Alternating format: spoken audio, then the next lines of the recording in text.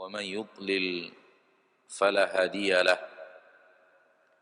أشهد أن لا إله إلا الله وحده لا شريك له وأشهد أن محمدا عبده ورسوله صلى الله عليه وعلى آله وأصحابه ومن تبعهم بإحسان إلى يوم الدين وسلم تسليما كثيرا يا أيها الذين آمنوا اتقوا الله حق تقاته ولا تموتن إلا وأنتم مسلمون يا أيها الناس اتقوا ربكم الذي خلقكم من نفس واحدة وخلق منها زوجها وبث منهما رجالا كثيرا ونساء واتقوا الله الذي تساءلون به والأرحام إن الله كان عليكم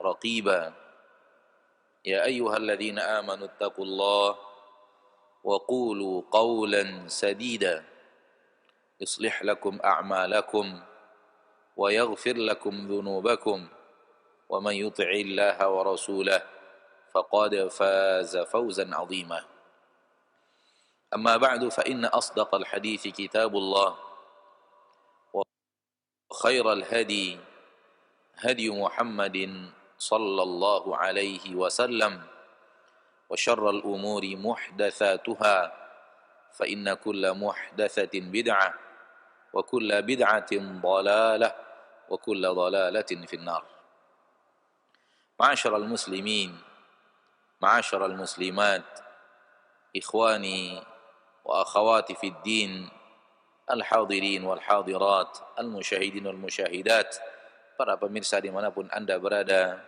rahimani wa rahimakumullah. Mari kita bersyukur kepada Allah Tabaraka wa Ta'ala, Rabbul Izzati wal Jalalah, wa Rabbul Jabaruti wal Malakuti wal Kibriyai wal Azamah.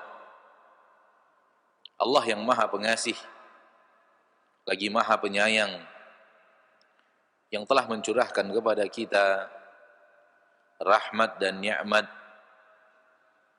yang sangat teramat banyak, rahmat dan nikmat yang tiada tara dan tiada terhingga.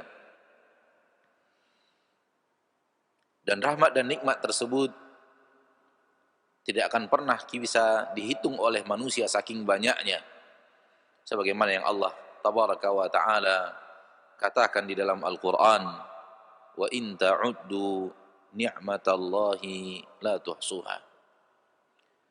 Kalau kalian menghitung-hitung nikmat Allah Tabaraka wa Ta'ala yang Allah berikan kepada kalian, la tuhsuha, kalian tidak akan sanggup untuk menghitungnya. Dan rahmat yang tak terhitung itu mengalir setiap hari kepada kita di dalam hidup kita ini. Dan tidak ada satu hari pun yang kita lalui melainkan pasti bergelimang dengan rahmat dan nikmat Allah yang tak terhitung tersebut. Walaupun terkadang dengan menggunakan rahmat anugerah, firman dengan menggunakan rahmat dan anugerah Allah itu kita berbuat maksiat. Terkadang manusia justru melakukan keingkaran kepada Allah, kemaksiatan kepada Allah, menggunakan nikmat-nikmat yang Allah curahkan kepadanya. Namun Allah Tabaraka wa Ta'ala tidak pernah menghentikan curahan nikmat tersebut kepada kita. Karena Allah Tabaraka wa Ta'ala maha pengasih, lagi maha penyayang kepada para hamba. Kasih sayang Allah tiada tara. Sekiranya Allah ingin, sekiranya Allah mau, pasti Allah bisa, karena Allah Subhanahu wa Ta'ala maha bisa. Pasti Allah bisa untuk menghentikan curahan nikmat itu kepada para hamba yang berbuat maksiat.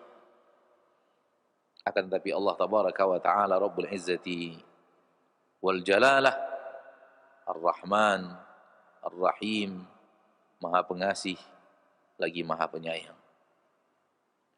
Salat dan salam kepada Nabi kita tercinta, Rasul kita yang mulia, suri tauladan kita Nabi Muhammad bin Abdullah sallallahu alaihi wa ala alihi wasallam, yang telah membimbing manusia ke jalan yang sempurna dengan izin Allah Rabbul Izzati wal Jalalah, di mana tidak ada lagi kebaikan apapun melainkan telah diajarkan oleh Nabi kita tercinta SAW kepada kita, dan juga tidak ada keburukan apapun juga lagi melainkan telah dilarang kita oleh Nabi kita tercinta Muhammad SAW untuk mengerjakannya.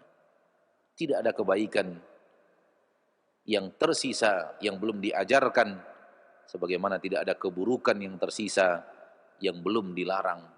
Inilah agama kita yang mulia, agama yang sempurna. Al-yauma akmaltu lakum dinakum, hari ini aku sempurnakan untuk kalian agama kalian.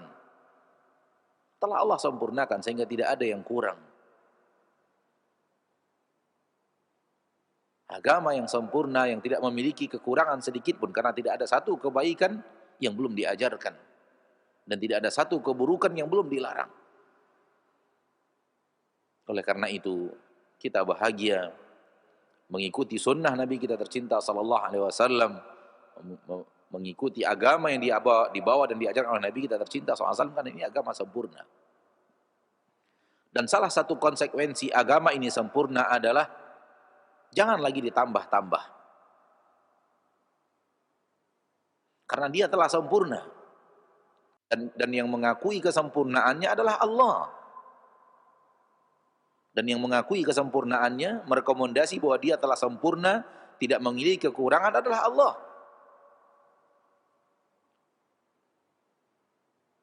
Maka konsekuensi dari keyakinan yang tidak akan pernah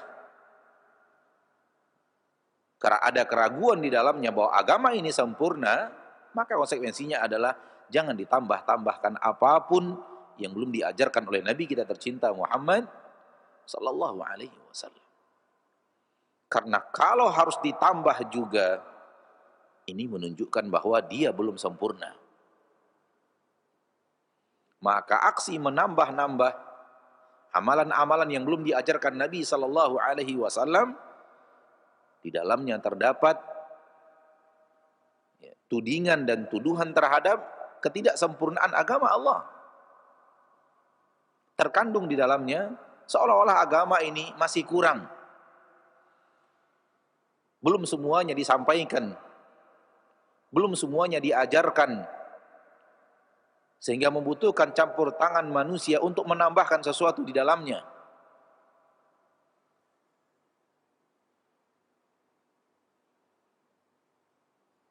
Ma'asyiral muslimin, ma'asyiral musliman, kalau kita yakin agama kita ini sempurna, maka jangan lagi menambah-nambah sesuatu dalam agama ini. Jangan lagi lakukan sesuatu yang Rasul Anda sallallahu alaihi wasallam tidak pernah perintahkan. Begini konsekuensi daripada meyakini bahwa agama Allah tabaraka wa taala telah sempurna.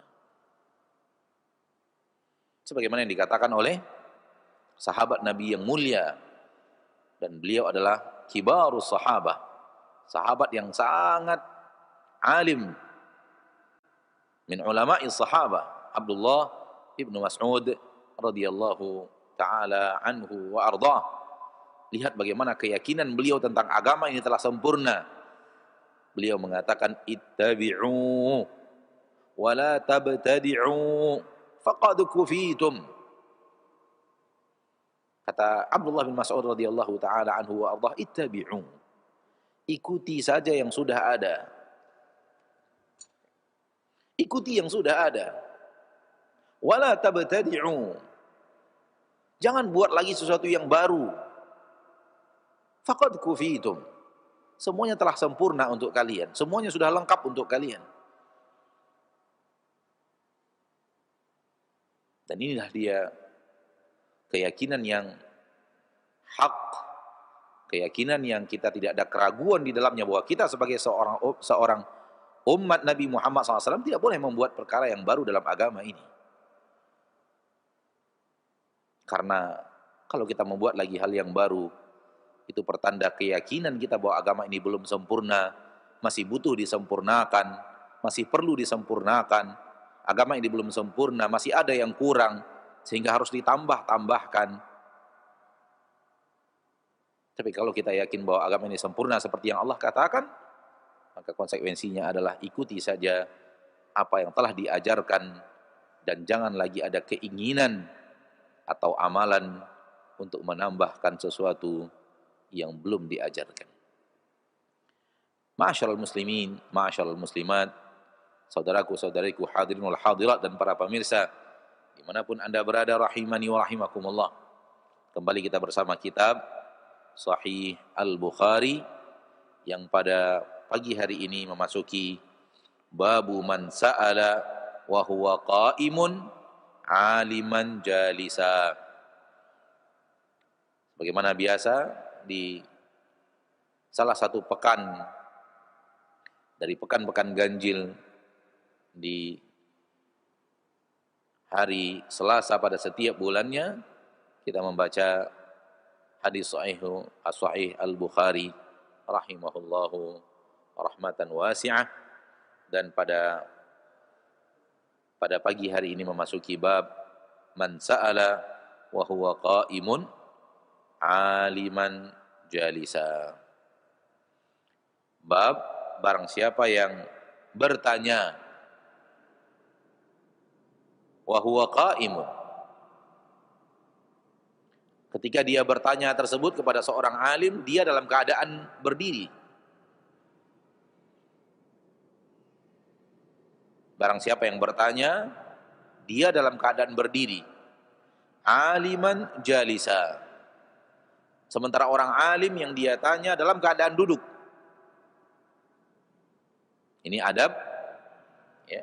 Di antara adab dalam bertanya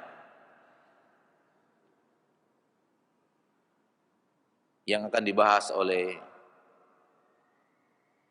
Imam Al-Bukhari melalui hadis kejadian di zaman Nabi sallallahu alaihi wasallam bersama Nabi sallallahu alaihi wasallam.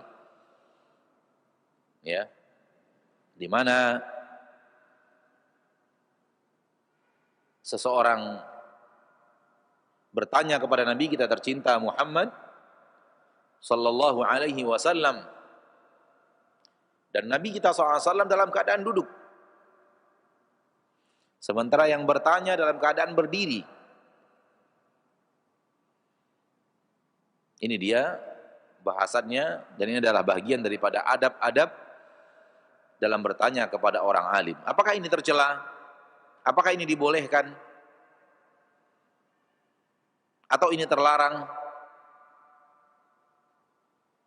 Mari kita dengarkan hadisnya. Berkata Imam Al-Bukhari, Muhammad bin Ismail Al-Bukhari rahimahullahu wa rahima jami'a ulama'il ummah, haddatsana Uthman qala akhbarana Jarir an Mansur an Abi Wa'il an Abi Musa radhiyallahu anhu wa ardaahu. Hadis berasal dari sahabat Nabi yang mulia Abu Musa Al-Ash'ari radhiyallahu anhu wa ardaahu. Qal, berkata Abu Musa Al-Ash'ari radhiyallahu an, jaa rajulun ila Nabi sallallahu alaihi wasallam faqal, datang seorang lelaki kepada Nabi sallallahu alaihi wasallam dan beliau berkata, dan dia berkata kepada Nabi sallallahu alaihi wasallam, ya Rasulullah, wahai Rasulullah, mal qitalu fi sabilillah, mal qitalu fi sabilillah,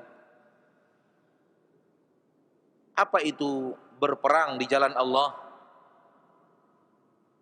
Apa itu jihad fi sabilillah?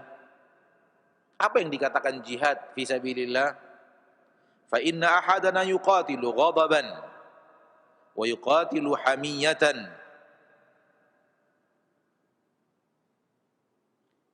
Karena salah seorang di antara kami boleh saja berperang karena marah, berperang karena emosi, ghadaban, wa yuqatilu hamiyatan, dan boleh jadi salah seorang di antara kami berperang hamiyah, karena membela kesukuan, membela kelompok, sebagaimana yang dahulu terjadi. Orang-orang Quraisy berperang karena kesukuan, mempertahankan kesukuan, mempertahankan kelompok. Farafa'a ilaihi ra'sahu, maka Nabi SAW mengangkat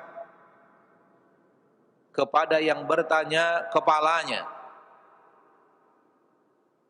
Ini menunjukkan bahwa Nabi dalam keadaan duduk, sehingga Nabi butuh untuk mengangkat kepala beliau kepada yang bertanya, dan yang bertanya dalam keadaan berdiri, sehingga Nabi SAW membutuhkan untuk mengangkat kepala beliau menatap orang yang bertanya. Wa ma rafa'a ilaihi ra'sahu illa annahu kana qa'ima, dan tidaklah Nabi mengangkat kepadanya kepala beliau melainkan yang bertanya dalam keadaan berdiri. Faqal, lalu Nabi SAW menjawab, man qatala litakuna kalimatallahi hiyal ulya fahuwa fi sabilillahi azza wa jal.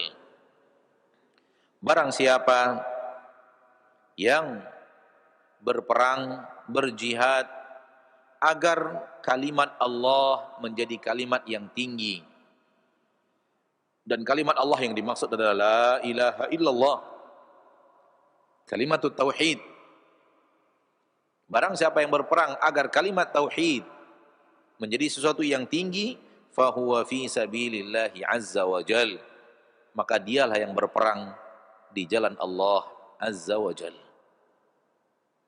Ma'asyiral muslimin, ma'asyiral muslimat, saudaraku saudariku, hadirin wal hadirat, dan para pemirsa dimanapun anda berada, rahimani wa rahimakumullah. Ini hadisnya yang dibawakan oleh Imam Al-Bukhari di dalam adab bertanya, ya, dari seorang yang bertanya kepada Nabi kita tercinta sallallahu alaihi wasallam, dan di dalamnya terkandung adab.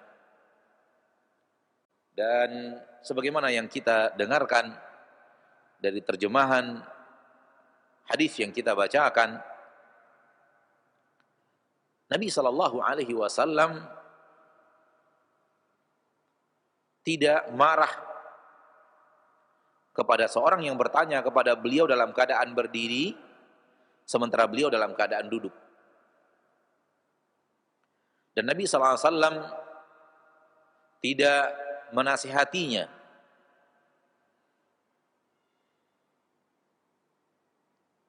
untuk merubah posisi ketika dia berdiri, tidak menegurnya, suruh untuk duduk terlebih dahulu atau bagaimana.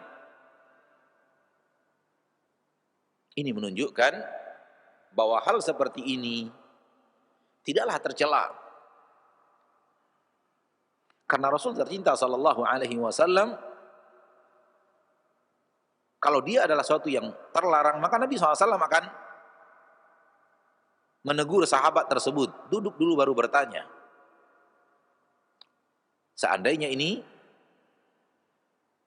cara seperti ini dan perilaku seorang penuntut ilmu seperti ini, perilaku seorang yang bertanya kepada orang alim seperti ini terlarang, niscaya Nabi SAW akan memberikan arahannya, memberikan tegurannya, salawatu rabbi wa salamu alaih. Karena Nabi Muhammad SAW la yaskutu anil batil, tidak pernah berdiam diri ketika di depannya ada kebatilan. Ini sifat Nabi kita tercinta Muhammad sallallahu alaihi wasallam. Dan ini menunjukkan bahwa apa yang dilakukan oleh sahabat yang datang bertanya tersebut bukanlah perkara yang batil. Yaitu Nabi dalam keadaan duduk dan beliau datang bertanya, tidak duduk terlebih dahulu, namun sambil berdiri saja bertanya kepada Nabi sallallahu alaihi wasallam. Diamnya Nabi, tidak menasihati orang yang bertanya sambil berdiri, menunjukkan bahwa ini bukanlah bahagian daripada kesalahan, bukan bahagian daripada kekeliruan dalam bertanya. Dan ini bukanlah bentuk daripada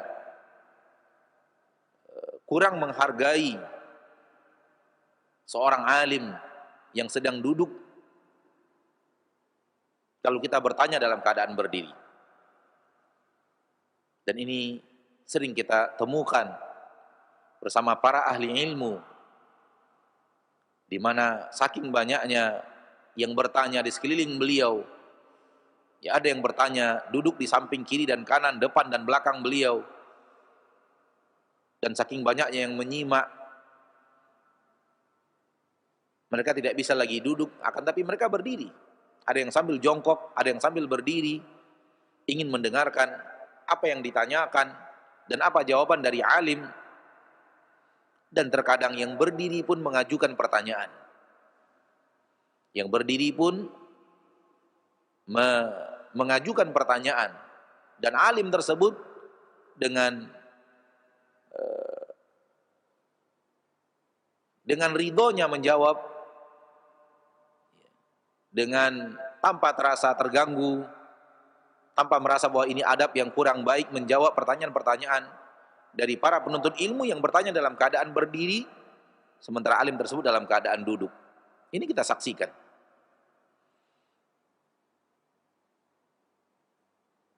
Maka ini bukanlah bahagian daripada akhlak yang tercela. Di sisi lain, para ahli ilmu membahas larangan berdiri kepada orang yang dimuliakan. Dan ini juga tidak termasuk di dalam larangan tersebut. Ya, terkadang orang-orang yang mulia dalam strata dunia, dia justru ingin orang lain berdiri, menghormati dirinya.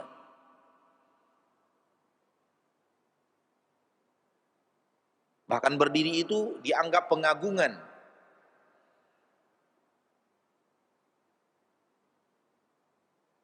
Oleh karena itu lihat,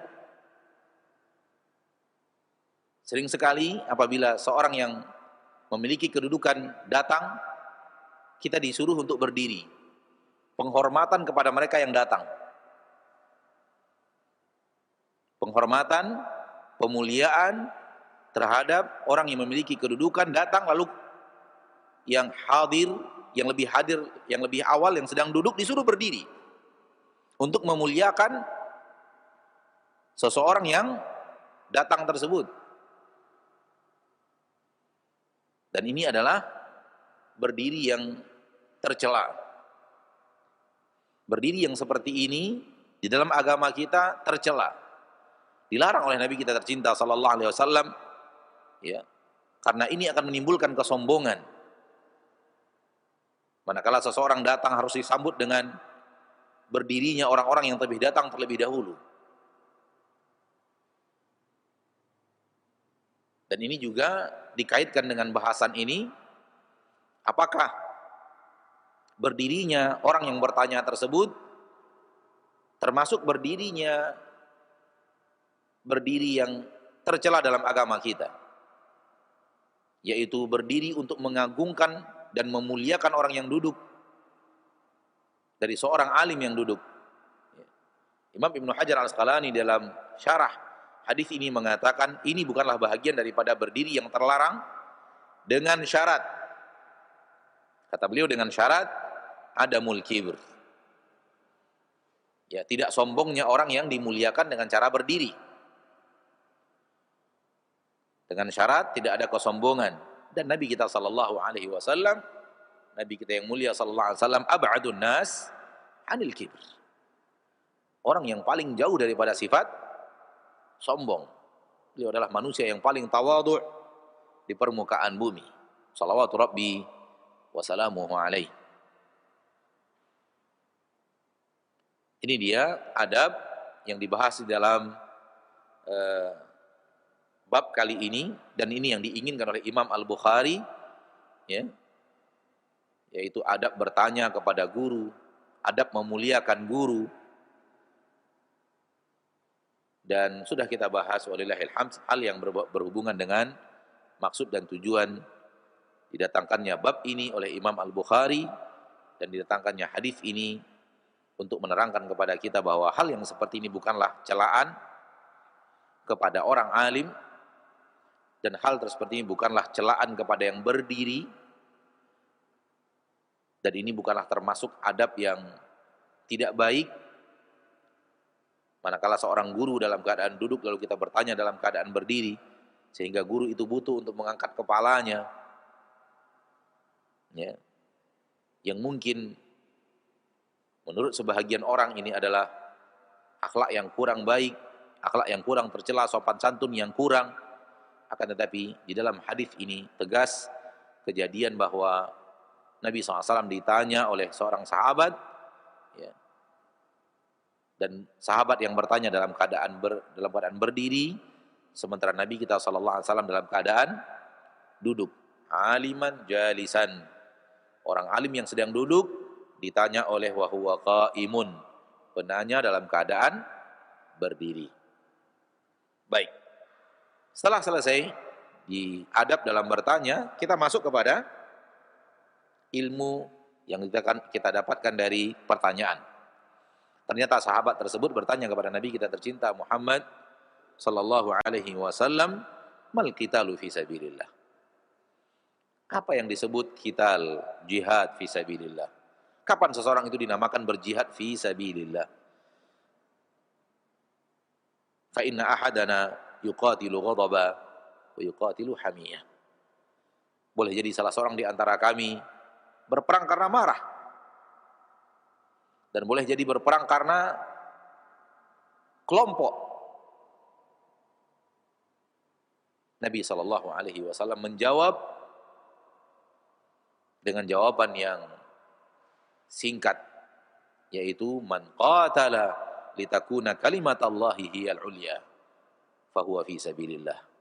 Barang siapa yang berperang untuk menjadikan kalimat Allah adalah kalimat yang tertinggi, kalimat la ilaha illallah, barang siapa yang berperang untuk mengangkat kalimat la ilaha illallah, memperjuangkan kalimat la ilaha illallah, fahuwa fi sabilillah azza wa jal, dia yang berperang di jalan Allah azza wa jal. Ma'asyiral muslimin, ma'asyiral muslimat, rahimani wa rahimakumullah. Jihad fi sabilillah hanya akan berlaku pahalanya dan mendapatkan pahala jihad fi sabilillah untuk satu orang saja, yaitu orang yang berperang dan niatnya ikhlas untuk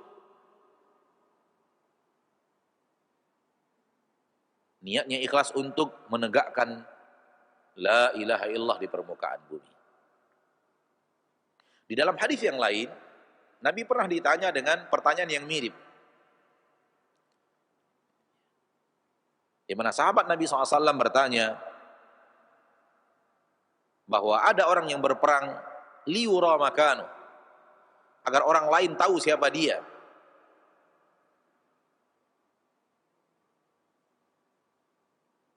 Ada orang yang berperang untuk memamerkan kemahirannya berperang, dan dia ingin orang lain memuji keberaniannya.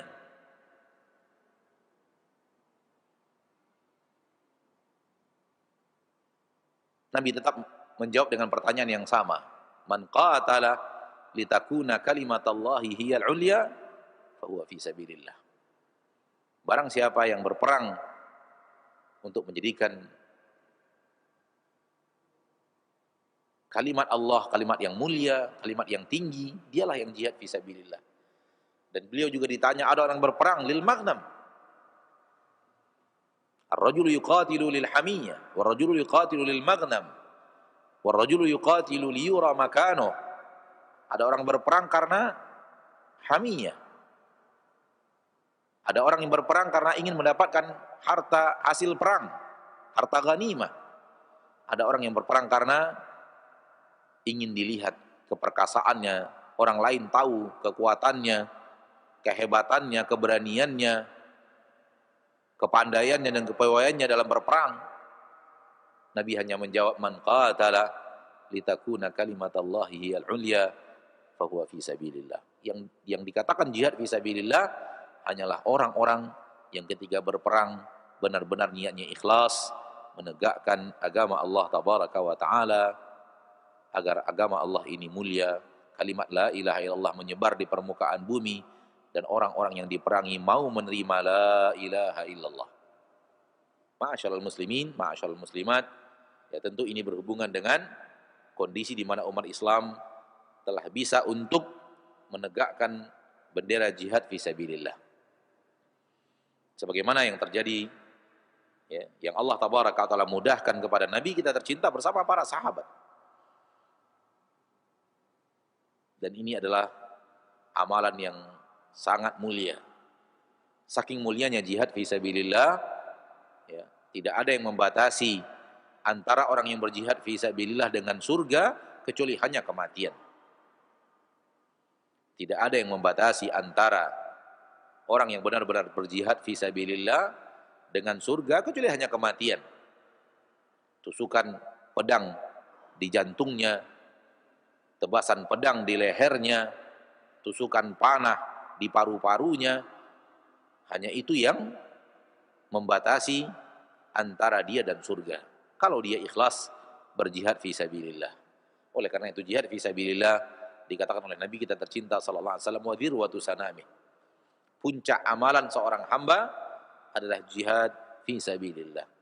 Berjihad, berperang menegakkan agama Allah Subhanahu wa taala, walahu syurut. Dan untuk jihad fisabilillah ini ada syarat-syaratnya. Yang apabila syarat itu tidak terpenuhi maka tidak ada jihad.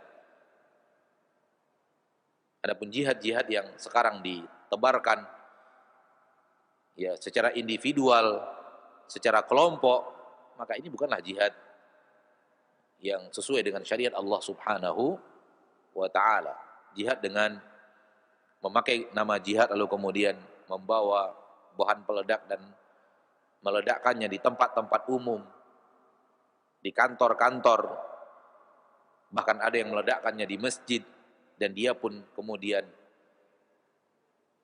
meninggal dunia dengan bom yang dia bawa. Ini bukanlah jihad fisabilillah.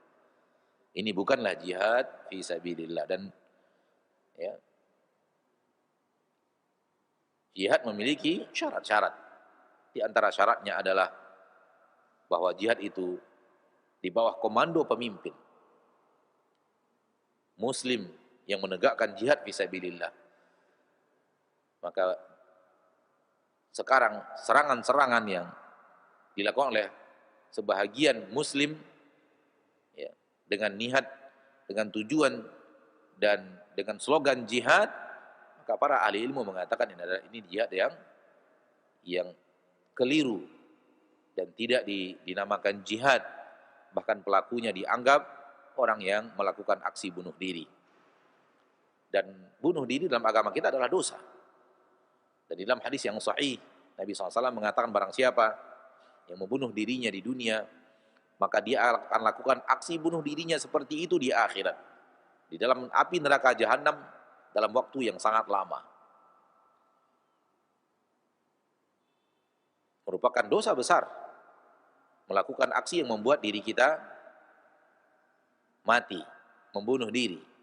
Barang siapa yang membunuh diri dengan pisau, kata Nabi SAW, lalu menusukkan ke perutnya, maka dia akan menusukkan pisau itu di perutnya di dalam neraka jahanam khalidan mukhallada, dalam waktu yang sangat panjang sekali. Barang siapa yang bunuh dirinya dengan cara loncat dari atas bukit, di atas gunung, maka nanti dia juga akan meloncat dari atas gunung di dalam neraka jahanam khalidan mukhallada.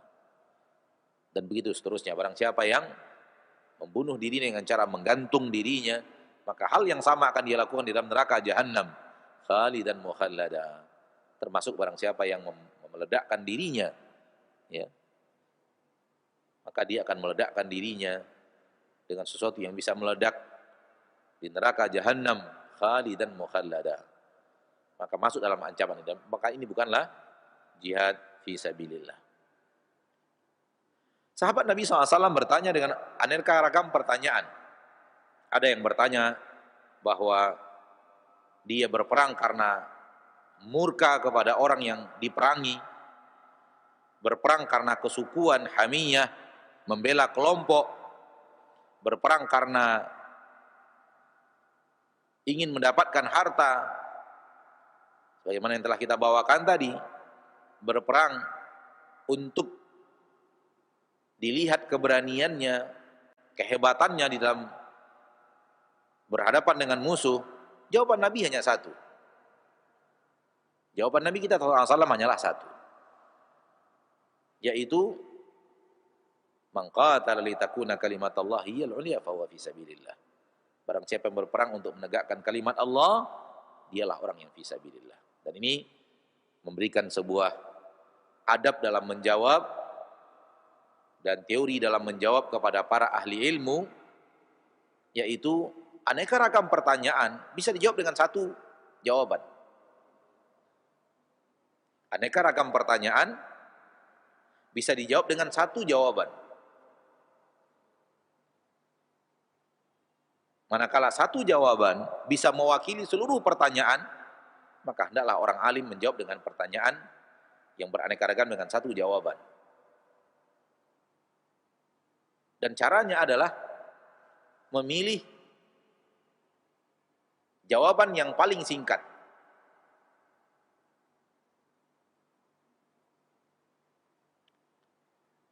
Dalam kasus pertanyaan ini, Nabi tidak perlu menjawab yang berperang karena emosi bukan fisabilillah, yang berperang karena membela kesukuan dan kelompok bukanlah orang yang berjihad fisabilillah, berperang karena harta ghanimah hasil perang bukanlah orang yang berjihad fisabilillah, orang yang berperang supaya orang lain tahu kehebatannya bukanlah. Nabi tidak perlu menjawab itu. Semuanya terjawab dengan satu jawaban saja. Dan ini kepiawaian seorang alim, dan caranya adalah dengan menyebutkan sesuatu yang lebih sedikit, ya, yang bisa disebutkan dalam kalimat yang pendek untuk mewakili beraneka ragam pertanyaan.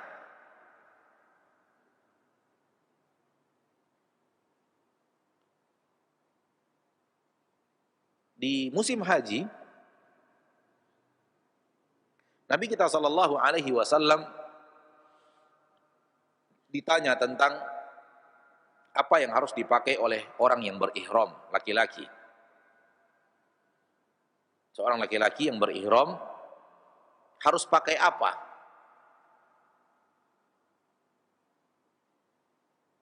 Boleh memakai apa saja? Ini berhubungan dengan yang tadi. Seorang alim menjawab dengan kalimat yang singkat untuk mewakili beraneka ragam pertanyaan yang banyak. Nabi SAW ditanya, ma yalbasul muhrim? Apa yang boleh dipakai oleh seorang lelaki yang berihram? Nabi SAW memilih kalimat ringkas. Ketika yang ditanya apa yang boleh dipakai, Nabi menjawab dengan apa yang tidak boleh dipakai. Dengan mengatakan, lelaki yang berihram tidak boleh memakai penutup kepala, tidak boleh memakai baju, tidak boleh memakai celana, tidak boleh memakai sendal yang menutupi mata kaki. Ini kata para ahli ilmu adalah kepiawaian seorang alim dalam menjawab pertanyaan. Karena kalau akan dijawab apa yang boleh dipakai, terlalu banyak harus disebutkan. Boleh memakai ini, boleh memakai ini, boleh memakai ini, boleh memakai yang seperti ini, boleh memakai yang seperti ini, dan aneka ragam pakaian sampai dunia kiamat bervariasi.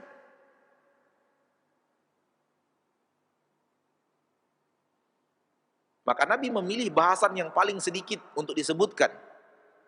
Ternyata bahasan yang paling sedikit adalah apa yang tidak boleh dipakai. Sehingga ketika yang ditanya apa yang boleh dipakai, Nabi menjawab dengan apa yang tidak boleh dipakai. Menunjukkan bahwa yang tidak boleh dipakai lebih sedikit, lebih simpel untuk dibahas.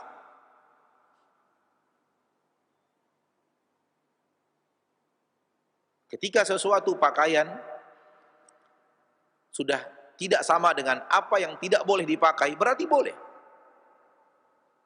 Dan alangkah banyaknya jenis pakaian selain dari apa yang disebutkan Nabi SAW ini.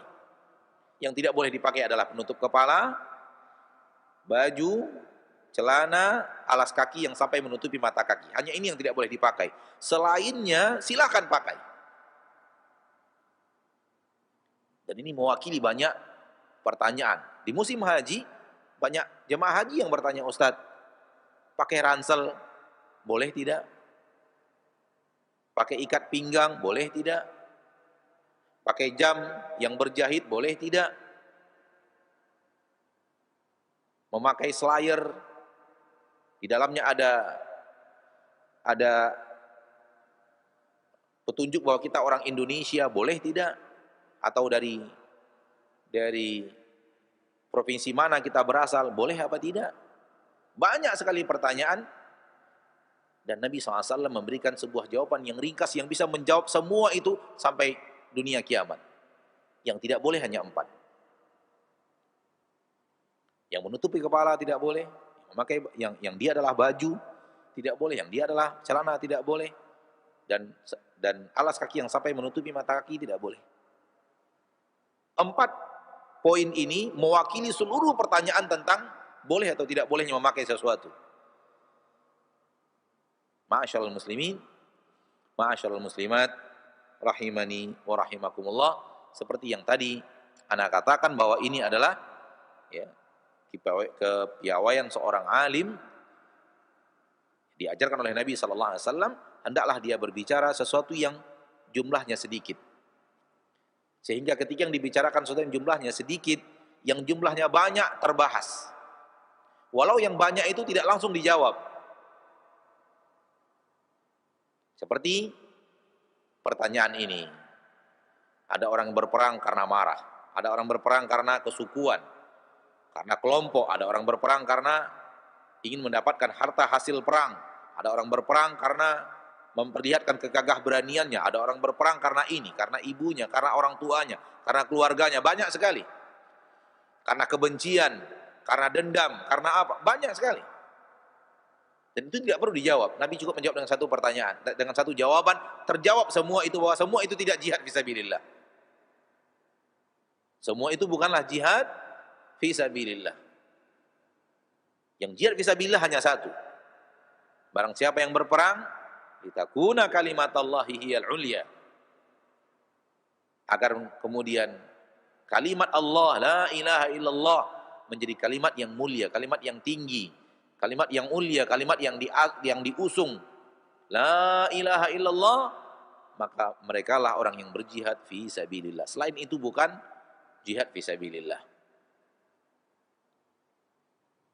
Dan seperti yang tadi kita katakan, bahwa hal seperti ini, ma'asyiral muslimin, ma'asyiral muslimat, ya, adab seorang alim agar mempermudah bahasan. Ya, oleh karena itu lihat dalam agama kita. Perhatikan agama kita yang mulia ini. Kita keluar sedikit dari bahasan, walaupun terkait, keluar dari bahasan hadis. Apabila kita melihat agama kita yang mulia ini, agama kita membahas yang jumlahnya sedikit.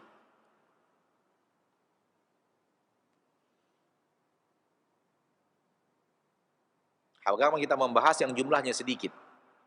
Yang jumlahnya banyak, tidak dibahas. Menunjukkan bahwa yang sedikit ini hukumnya. Selain dia, maka hukumnya berbeda.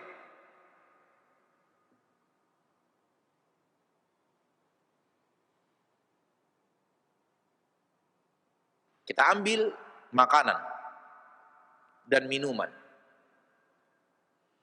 Apabila kita melihat agama kita yang mulia ini, agama Islam yang Allah Tabaraka wa Ta'ala sampaikan kepada kita melalui Nabi kita tercinta SAW, dalam hal makanan dan minuman, Allah hanya membahas makanan yang terlarang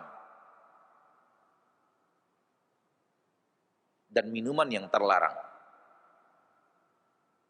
Betul tidak? Bahasan-bahasan tentang makanan dan minuman, apabila kita membaca dalam agama kita, dalam syariat Allah yang mulia ini, kita akan menemukan makanan dan minuman yang tak boleh dimakan. Minuman yang tak boleh diminum. Itu yang dibahas oleh agama Allah.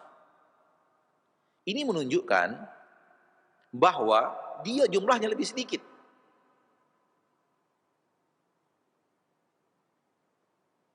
Dia jumlahnya lebih sedikit. Sehingga membahas yang sedikit ini mewakili jawaban kalau pertanyaannya sesuatu yang boleh untuk dimakan. Yang sedikit ini terlarang. Artinya selain yang disebut ini boleh. Selain yang dilarang, boleh. Yang boleh itu terlalu banyak.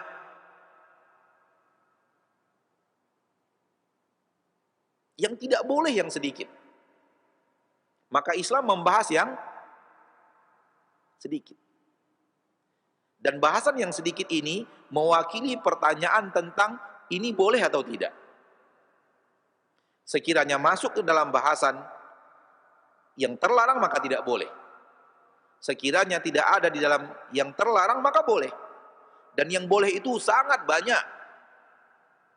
Oleh karena itu Islam membahas bahasan yang sedikit. Syariat kita yang mulia membahas yang sedikit. Tak bisa kita bayangkan kalau agama kita menyebut satu persatu makanan dan minuman yang boleh diminum. Tak bisa kita bayangkan.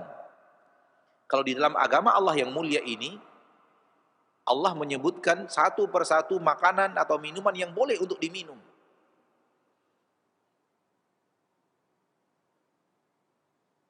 Alangkah sulitnya memahami agama kita. Karena bervariasinya makanan dan minuman. Dari satu negeri ke negeri yang lain. Dari satu generasi ke generasi yang lain. Dari satu masa ke masa yang lain. Dalam satu abad ke abad yang lain.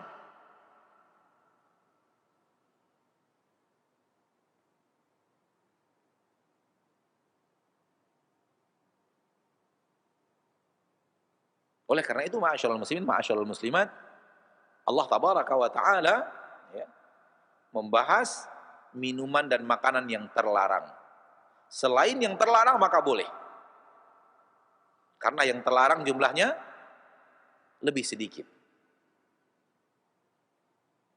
Sehingga mahsur, bisa disebut, bisa dihitung, ini yang tak boleh yang seperti ini, yang memabukkan tidak boleh.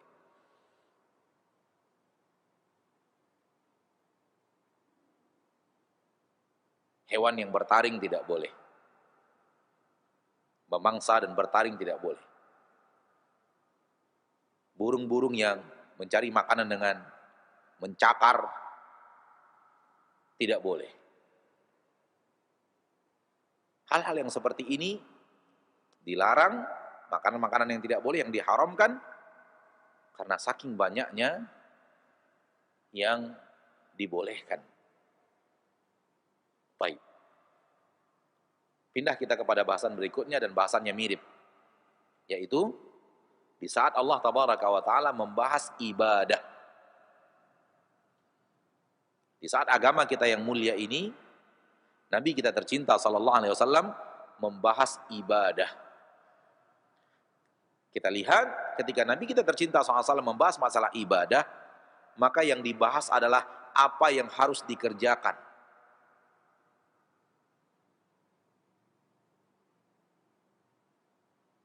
Saudaraku, saudariku, kaum muslimin dan muslimat, perhatikan baik-baik. Di saat Nabi berbicara ibadah, di saat Nabi mengajarkan ibadah kepada kita, apapun jenis ibadahnya, Nabi berbicara tentang apa yang harus dikerjakan. Bagaimana cara mengerjakannya? Kapan waktunya? Bagaimana kaifiatnya? Kaitkan dengan kaidah tadi. Bahwa Nabi berbicara yang sedikit.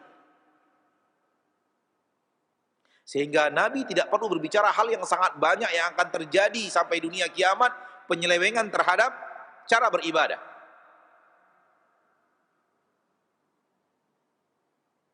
Karena kalau yang harus dibicarakan adalah kesalahan-kesalahan manusia dalam beribadah, terlalu banyak yang harus disebutkan. Alangkah sulitnya kita mempelajari agama kita karena kesalahan manusia dalam beribadah dari mulai zaman Nabi Shallallahu Alaihi Wasallam terjadi sampai dunia kiamat harus dibahas. Alangkah sulitnya agama Allah. Oleh karena itu ketika Nabi Shallallahu Alaihi Wasallam berbicara tentang masalah ibadah,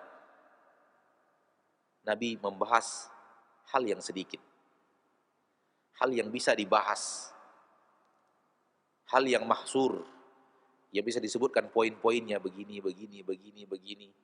Dan ternyata ketika masalah ibadah, Nabi bukan menyebutkan hal yang terlarang, Nabi sebagaimana makanan dan minuman, ternyata Nabi menyebutkan apa yang harus dikerjakan dan bagaimana cara mengerjakannya.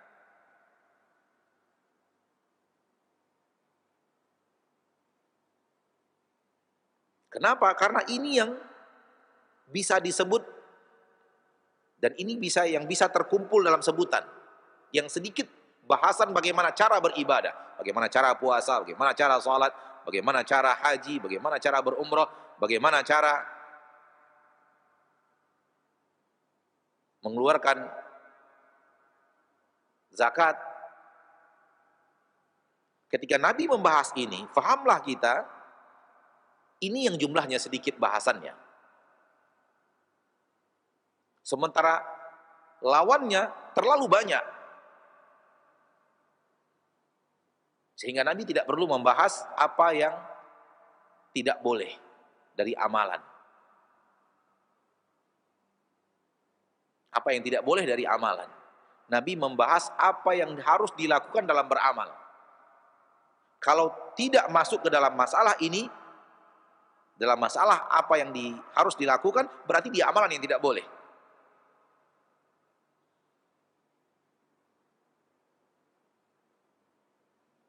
Kalau kita memahami kaidah ini, ma'asyiral muslimin, ma'asyiral muslimat, ya, fahamlah kita bahwa sebahagian kaum muslimin yang melakukan amalan-amalan yang tidak diajarkan oleh Nabi Sallallahu Alaihi Wasallam, lalu kemudian mengatakan kepada para ahli ilmu, para ustadz, tolong tunjukkan dalil bahwa amalan ini dilarang. Salah dan keliru dia. Karena dalam amal dan ibadah justru Nabi tidak membahas apa yang dilarang. Nabi membahas apa yang harus dikerjakan. Kalau masuk dalam kategori apa yang harus dikerjakan berarti amalannya benar, di luar itu maka amalannya salah.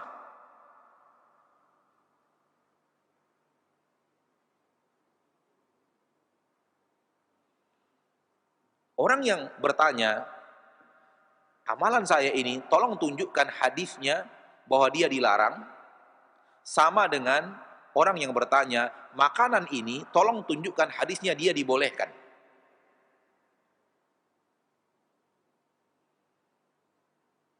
Tidak perlu mencari hadis makanan ini dibolehkan atau tidak, karena tidak akan bertemu.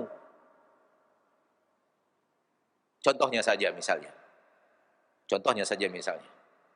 orang bertanya, ya, bolehkah tolong datangkan kepada saya hadisnya, bolehkah memakan jambu monyet? Carikan saya hadisnya. Halalnya jambu monyet untuk dimakan. Tidak akan bertemu.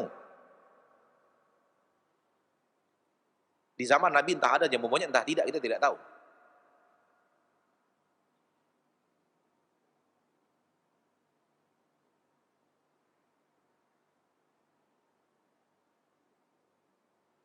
Tolong datangkan kepada saya hadis tentang halalnya sayur asam misalnya.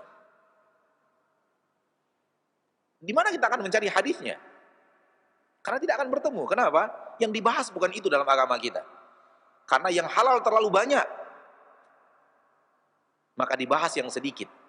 Yang haram. Selagi tidak masuk yang haram berarti halal. Karena yang dibahas oleh agama kita yang jumlahnya apa? Sedikit. Hal yang sama ketahuilah wahai saudaraku kaum muslimin, dan dalam hal ini masih banyak di sana sini yang belum faham dari saudara-saudari kita, bahwa dalam beribadah Nabi membahas yang jumlahnya sedikit. Apa itu yang jumlahnya sedikit? Yang jumlahnya sedikit adalah bagaimana cara mengerjakannya. Menunjukkan bahwa jumlahnya lebih sedikit, sehingga itu yang dibahas. Kalau seandainya amalan kita tidak sesuai dengan apa yang dibahas oleh Nabi, berarti dia masuk ke dalam jumlah kelompok yang lebih besar, lebih banyak, yaitu yang tidak sesuai dengan apa yang diajarkan Nabi. Semoga bahasan ini bisa antum pahami dengan baik dan antum cerna dengan baik. Sehingga tidak perlu bertanya, amalan saya ini tolong datangkan hadisnya, dia terlarang. Sama dengan bertanya tadi, tolong tunjukkan hadisnya, larangan memakan jambu monyet. Tolong datangkan hadisnya, larangan makan buah kuaci. Kemana kita akan mencari hadisnya? Tidak akan bertemu. Karena yang dibahas dalam agama kita bukan yang dihalalkan, tapi yang diharamkan. Selagi tidak masuk ke dalam kategori yang diharamkan, berarti halal.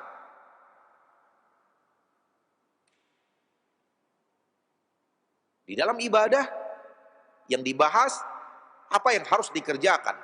Kalau keluar dari bahasan itu berarti tidak boleh.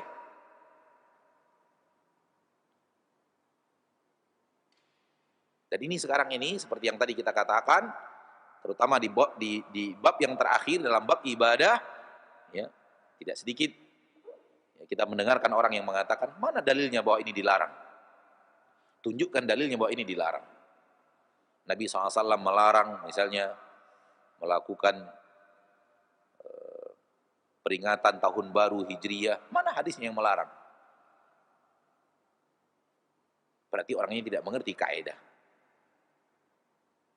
Yang harus ditanya, mana perintahnya?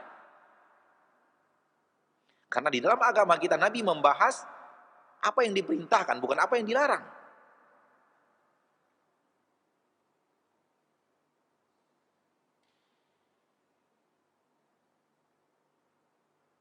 Ya. Nah, ini kita ambil pelajaran dari hadis Nabi yang mulia ini.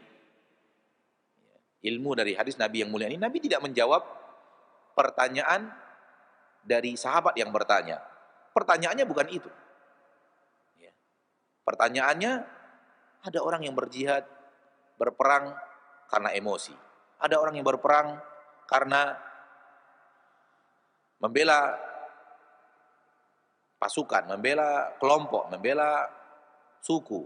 Ada orang yang berperang karena ingin mendapatkan harta ghanimah, harta hasil perang. Ada orang yang berperang karena kesombongan. Ada orang yang berperang karena riyaan. Nabi hanya menjawab dengan jawaban yang lebih sedikit. Sehingga kalau tidak seperti yang sedikit ini, berarti tidak jihad. Berarti dia tidak berperang di jalan Allah, apapun alasannya. Kalau tidak masuk ke dalam yang ini, berarti salah.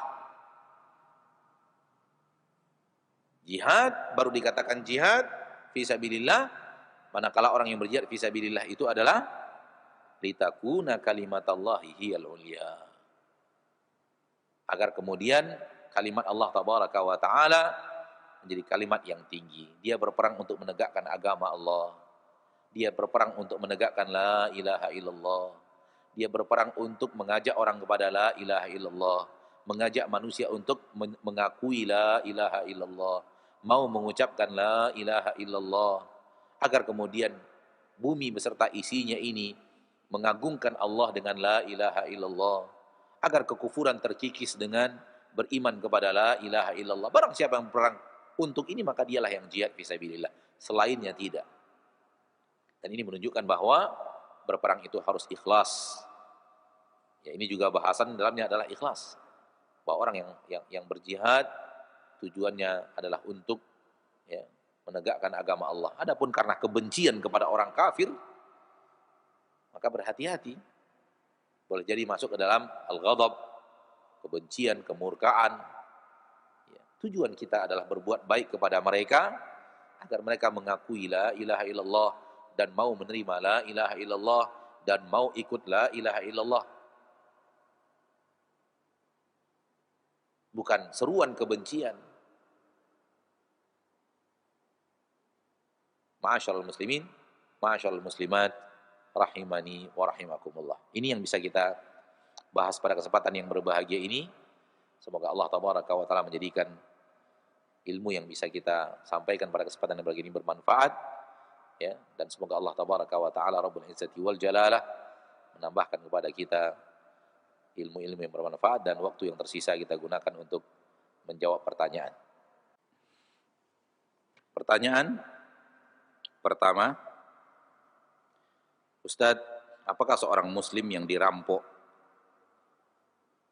oleh sekawanan perampok dan dia bertarung sampai wafat untuk menyelamatkan harta atau untuk menyelamatkan keluarganya, apakah tidak termasuk kategori berjihad, Ustadz?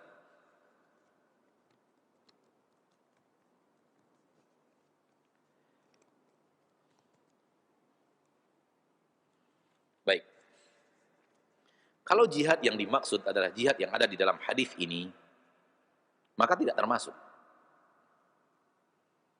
Maka tidak termasuk. Karena jihad yang dibahas di sini adalah jihad berperang di jalan Allah di bawah komando pemimpin kaum muslimin untuk menegakkan bendera la ilaha illallah, untuk mengajak manusia keluar dari kekafiran, masuk ke dalam agama Islam, keluar dari kekufuran, masuk dalam keimanan, keluar daripada agama yang keliru ke dalam agama yang benar. Hal yang sedang kita bahas itu. Adapun pertanyaan di luar tema yang kita bahas. Pertanyaan di luar tema yang kita bahas. Bolehkah seseorang melakukan sesuai dengan yang ditanyakan tadi? Jawabannya boleh. Dan kalau dia wafat, dia mendapatkan pahala syahid. Begitu kata Nabi SAW. Man qatala duna malihi fahuwa syahid. Wa man qatala man qutila duna malihi fahuwa syahid. Wa man qutila duna ahlihi fahuwa syahid. Atau kama qala sallallahu alaihi wasallam. Barang siapa yang terbunuh karena dia membela hartanya, maka dia syahid. Barang siapa yang terbunuh karena membela keluarganya, maka dia syahid. Mendapatkan pahala mati syahid. Tetapi tentu bahasan yang sedang ditanyakan bukanlah bahasan yang sedang kita bahas. Jadi kalau ada orang merampok, datang ke rumah kita merampok, boleh kita lawan sampai kita wafat sekalian. Dan kalau wafat kita membela harta dari orang-orang yang zalim itu, maka kematian kita adalah kematian mulia, yaitu kematian dengan mendapatkan pahala syahid. Namun dia bukanlah bahagian daripada jihad yang tadi dibahas. Ya. Dan ini Anda selalu sampaikan dalam bahasan yang ditanyakan tadi, bahwa Islam menyuruh umatnya untuk berani dan tidak takut. Dan Islam menyuruh umatnya untuk mempertahankan haknya dan menebarkan sifat berani kepada umat Islam. Ya. Banyak orang ketika datang perampok dia ciut. Karena perampok pasti membawa senjata. Senjata tajam dan yang lainnya. Membawa pistol dan yang lainnya. Dan ketakutan yang akan menghantui orang yang dirampok dikuatkan oleh agama Allah yang mulia, agar dia tidak takut, agar dia siap mendapatkan kematian yang syahid, sehingga hilang ketakutannya, timbul keberaniannya. Karena rata-rata ya, rasa takut, rasa ciut akan menghampiri orang-orang yang dirampok, orang-orang yang rumahnya dimasuki oleh perampok atau maling. Namun apabila dia ingat hadis ini, bahwa dia akan mendapatkan pahala mati syahid kalau dia wafat membela hartanya yang akan diambil secara zalim, secara semena-mena oleh perampok, maka akan timbul keberanian.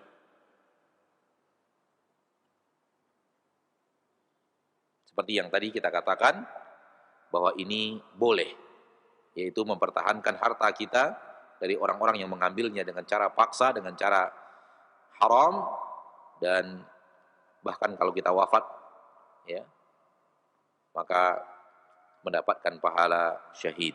Wallahu ta'ala a'la wa alam. Pertanyaan berikutnya, Ustaz, bagaimana caranya atau kaifiatnya menggoyang-goyangkan jari telunjuk di saat tasyahud? Anak ingin melakukannya namun takut salah.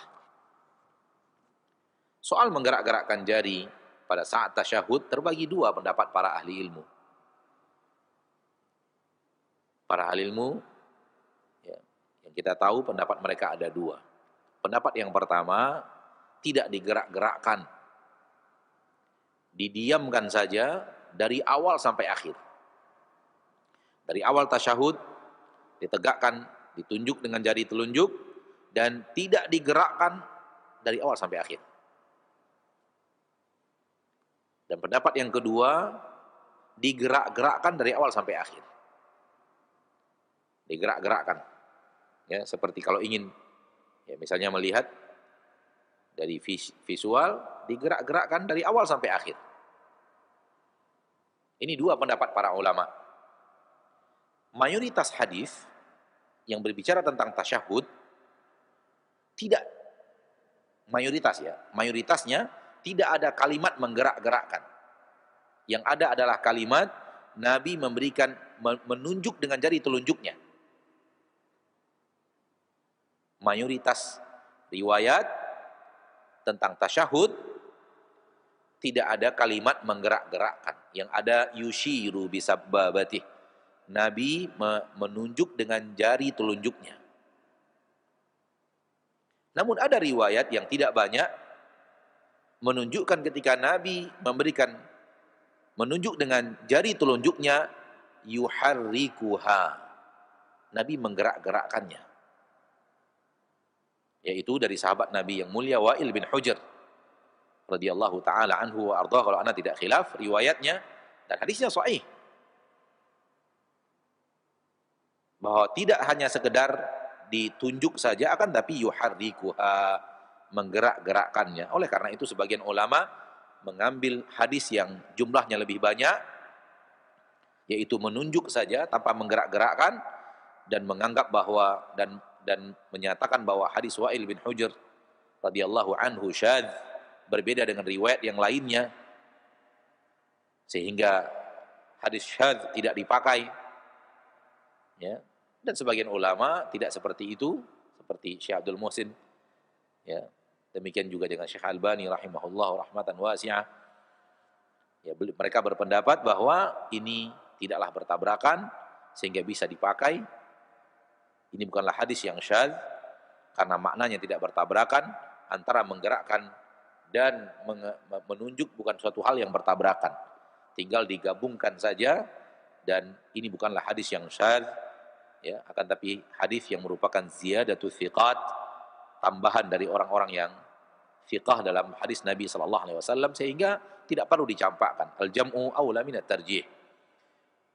Menggabungkan dua makna hadis lebih utama daripada harus mentarjih salah satu daripada hadis ini. Maka pendapat yang kedua, dan ini yang ana secara pribadi sampai sekarang juga pegang, bahwa tidak perlu harus dianggap bahwa hadis ini hadis syadz, akan tetapi tambahan daripada mayoritas hadis yang hanya menunjuk saja, yaitu menggerak-gerakkan.